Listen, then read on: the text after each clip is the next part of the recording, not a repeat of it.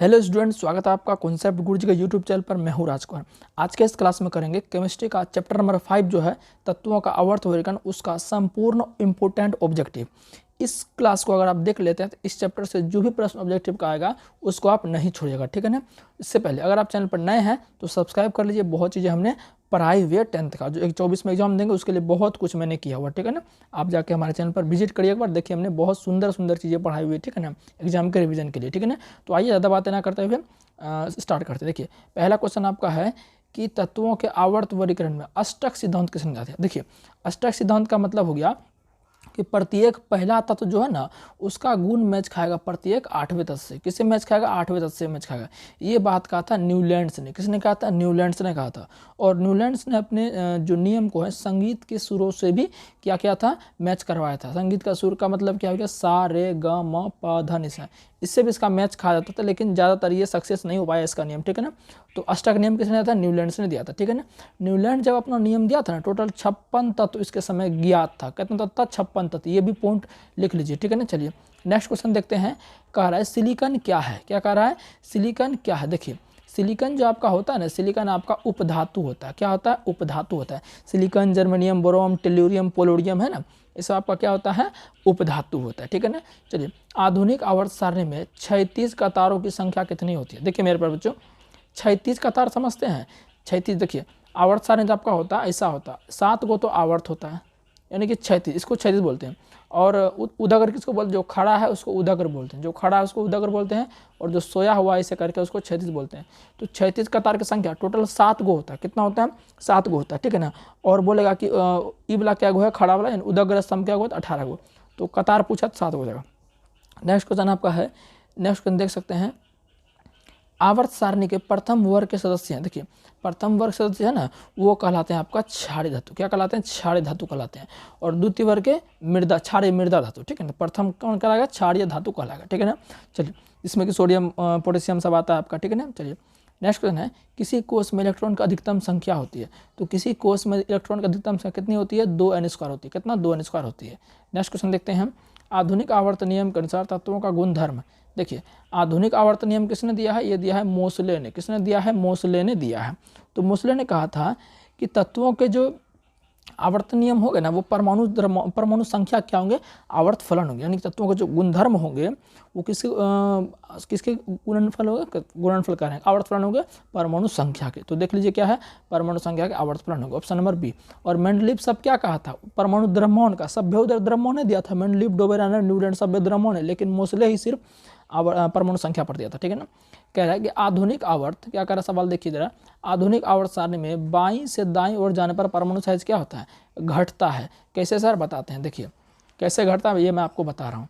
देखिए बाएं से दाएं, बाएं में कौन आता है? बाएं में सोडियम आता है ना, सोडियम आता है, बेरिलियम आता है, मैग्नीशियम, यही सब बाएं में आता है। लेकिन दाएं जब जाइएगा ना तो दाएं में कौन आएगा? दाएं में आपका आता है जैसे कि अक्रिय तत्व हो गया।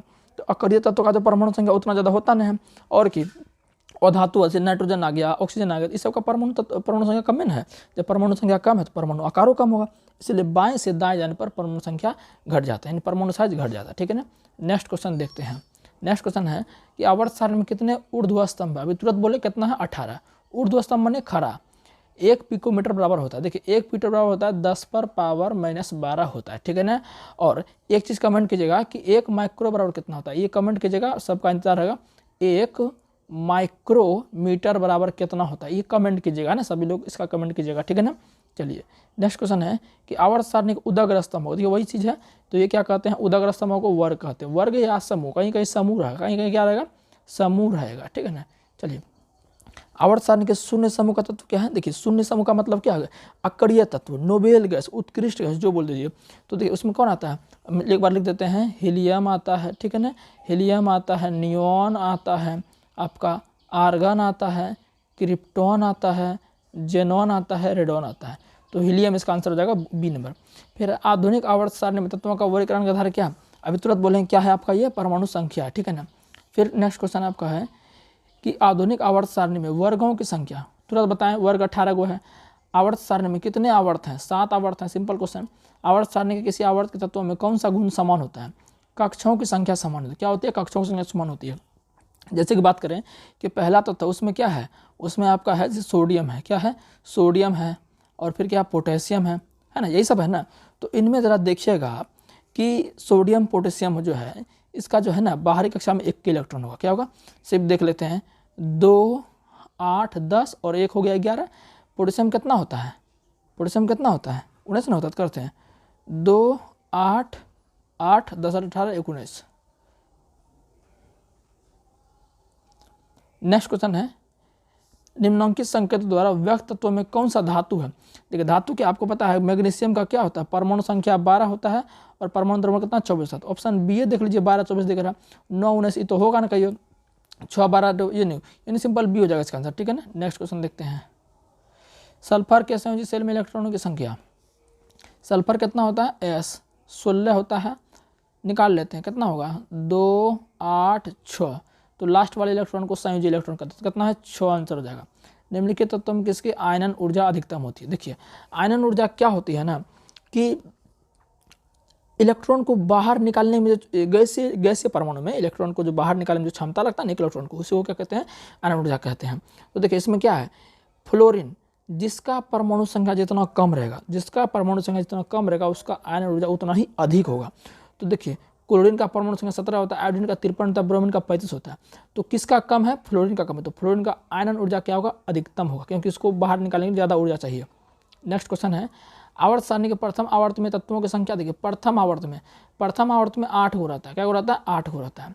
निम्नलिखित में, चलिए नेक्स्ट क्वेश्चन है, निम्नलिखित में किससे इलेक्ट्रॉन को बाहर निकालना सबसे आसान है।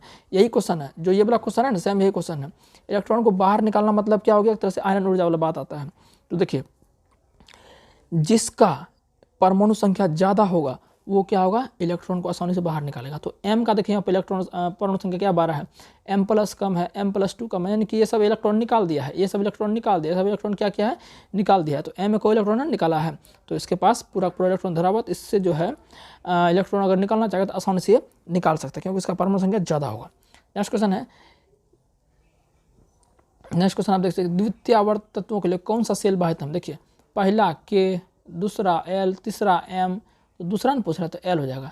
नेक्स्ट क्वेश्चन देखिए, मेंडलीव द्वारा छोड़े गए आवर्त सारणी के रिक्त स्थानों के बाद निम्नलिखित में से कौन सा तत्व पदस्थापित किया गया। देखिए तो गैलियम को प्रस्थापित किया, कितना गैलियम, परमाणु संख्या 31, परमाणु संख्या 31।